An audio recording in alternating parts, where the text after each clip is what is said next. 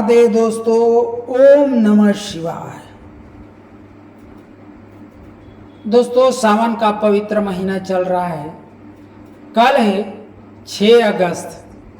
कल आपको 6 अगस्त है और 6 अगस्त का दिन मंगलवार है। और मंगलवार के दिन आपको बेहद ही चमत्कारी और अचूक उपाय बताने वाले हैं। इस दिन यदि आप सावन के इस पवित्र महीने में आप करते हैं तो आपको हर तरह की समस्याओं से मुक्ति मिलेगी, साथ ही भगवान भोलेनाथ का आशीर्वाद प्राप्त होगा और आपके जीवन से सभी कष्ट दूर हो जाएंगे। तो आइए दोस्तों, जानते हैं कि आपको इस उपाय को कैसे करना है। तो सर्वप्रथम आपको दोस्तों लेना है इत्र लेना है। आपको इत्र ले लेना है, 1 डिबी इत्र का ले लीजिए। और साथ में आपको लेना है तांबे का लोटा, 1 तांबे का लोटा लेना है। इसमें थोड़ा सा आपको जल ले लेना है, थोड़ा सा जल लेना है, घर का जल ले लेना है। और घर से जल लेकर आपको पहुंच जाना है भगवान भोलेनाथ के मंदिर में। दोस्तों, भगवान भोलेनाथ के मंदिर में जब आप पहुंचेंगे तो आपके पास इत्र होगा, तो इत्र का इस्तेमाल आपको करना है। तो सर्वप्रथम आपको माता अशोक सुंदरी वाले इस वाले स्थान पर इत्र को लेप कर लेना है।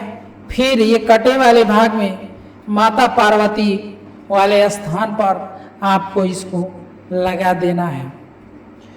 और उसके बाद दोस्तों आपको भगवान भोलेनाथ की शिवलिंग के ऊपर यहाँ पर आपको लेप कर देना है। और लेप करने के बाद आपके पास जो जल है उस जल को भगवान भोलेनाथ के ऊपर अर्पित करना है। भगवान भोलेनाथ के ऊपर अर्पित करना है। और आपको अर्पित करते समय आपको भगवान भोलेनाथ का कोई सा भी मंत्र है जो सिंपल आपको आता है उसको आपको स्मरण करना है। जैसे कि ओम नमः शिवाय, ओम नमः शिवाय, ओम नमः शिवाय। इस प्रकार आप इस मंत्र को कम से कम 11 बार या 21 बार, ज़्यादा से ज़्यादा आप अपनी क्षमता अनुसार कर सकते हैं। और इस मंत्र को जाप करने के लिए मंदिर के किसी साइड में आप बैठ जाइए और उत्तर साइड के तरफ आपको नॉर्थ डायरेक्शन में मुंह होना चाहिए। नॉर्थ डायरेक्शन में आपका मुंह होना चाहिए। और वहाँ पर आपको बैठकर माला लिए हैं तो माला की सहायता से आपको इस मंत्र को बोल देना है। और दोस्तों आपको एक लेना है बेलपत्र, एक बेलपत्र लेना है। और बेलपत्र को भगवान भोलेनाथ के ऊपर आपको जो है चढ़ा देना है। और चढ़ाने के बाद आपको जल डाल देना है। और जिस व्यक्ति की सुख शांति के लिए आप इस उपाय को कर रहे हैं, कामना के लिए कर रहे हैं, बीमारी के लिए कर रहे हैं, सालों का बीमारी नहीं जा रहा है, तो दोस्तों आपको इस सावन के पवित्र महीने में इस उपाय को कर लेना है। इस बेलपत्र को माता अशोक सुंदरी वाले स्थान पर यहाँ पर आपको चढ़ा देना है। और चढ़ाने के बाद आपके पास जल होगा, उसको धीरे धीरे डाल देना है। धीरे धीरे करके यहाँ पे जाएगा जल। और वहाँ से आपको उस व्यक्ति का गोत्र और नाम को स्मरण करके आपको इस जल को डाल देना है।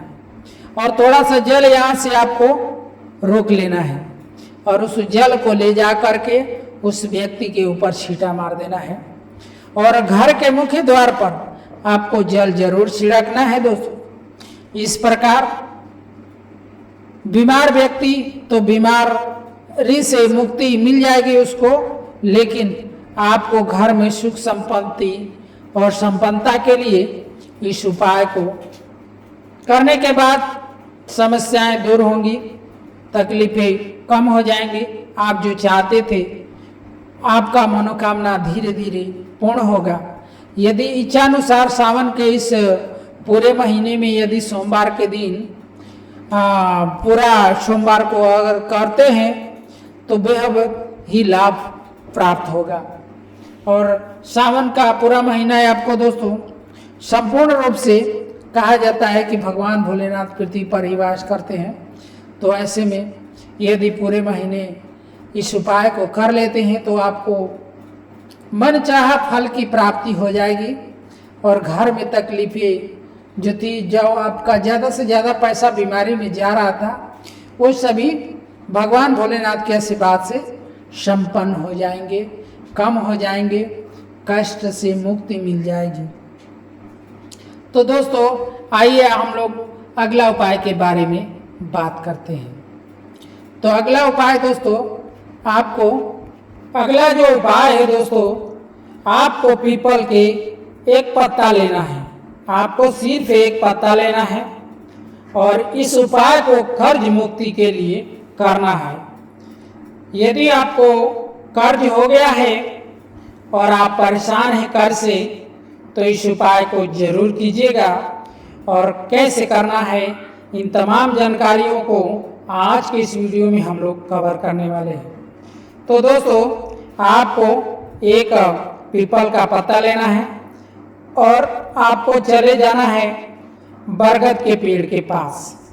और वहाँ पर ये जो बरगद का पेड़ देख रहे हैं, आपको यहाँ पर यहीं कहीं आसपास जो है आपको बैठ जाना है। यहाँ पे आपको बैठ जाना है और यहाँ बैठने के बाद यहाँ से आपको मिट्टी निकाल लेना है। क्या निकालना है? मिट्टी चाहिए थोड़ा सा, और मिट्टी का आपको शिवलिंग बना देना है। मिट्टी का शिवलिंग को आपको बना देना है। मिट्टी का जब शिवलिंग बन जाएगा तो दोस्तों आपको एक लोटा जो जल आपने लिए हैं, इस लोटे में आपने जल भर के जो लिए हैं, उस जल को और इस पीपल के पत्ते को देख रहे हैं, इस पीपल के पत्ते को, इस पीपल के पत्ते के ऊपर आपके पास जितना भी कर्ज है, कर्ज का जो रकम है, मान लीजिए जितना भी अमाउंट है आपको, ठीक है ना, उसको लिख देना है।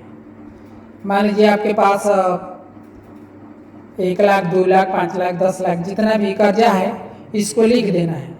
और भगवान भोलेनाथ का जो आपने शिवलिंग बनाया है वहाँ पर आपको पूजा करना है।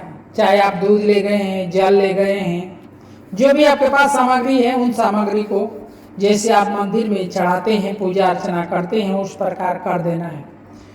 और उस जो मंदिर है, आपको जो मंदिर आपने बनाया है, जो शिवलिंग बनाया है, इसके नीचे में उस बेलपत्र को, इसके नीचे में थोड़ा सा कोड़ लेना है, जमीन को कुरेद लेना है, और उस पर जिस पर आपने कर्जा को जो लिख रखा है उसको दबा देना है।